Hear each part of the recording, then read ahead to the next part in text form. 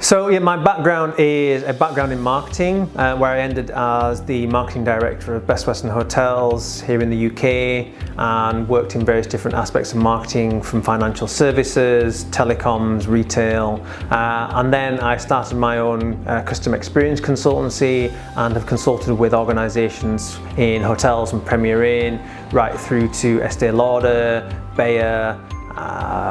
Canon, Enet, and a number of other organisations. So the transformation of Best Western really started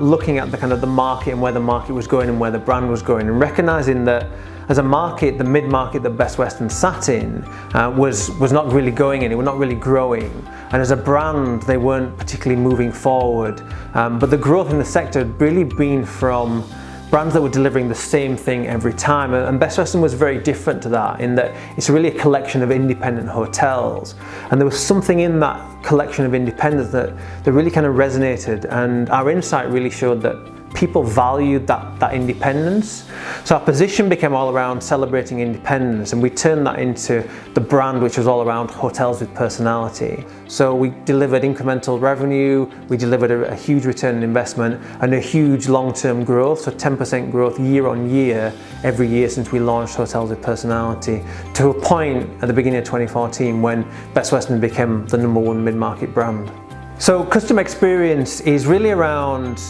organisations setting out a strategy and a culture around customer experience, and it starts with having a real sense of purpose, why you exist for your customers and why you exist for your people, and using that as an anchor for your whole strategy, and building on top of that the customer experience. To really transform and deliver a customer experience, you need to embed it into the culture, otherwise it just becomes a series of tactics that don't live and breathe within the organisation and are easily copied.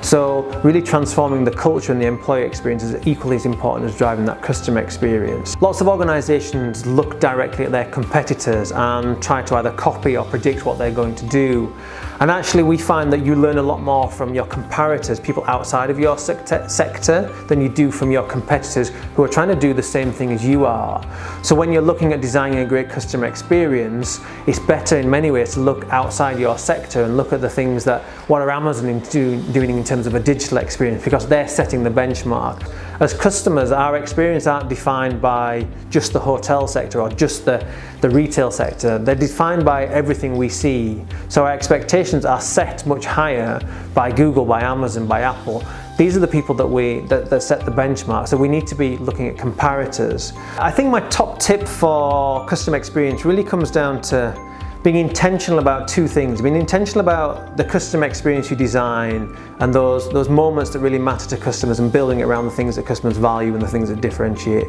But being intentional about how you deliver that through your people, and how you create an employee experience that delivers that customer experience, because without that great employee experience and that embedded in the culture, it won't live and survive. So you need to be really intentional about those two things.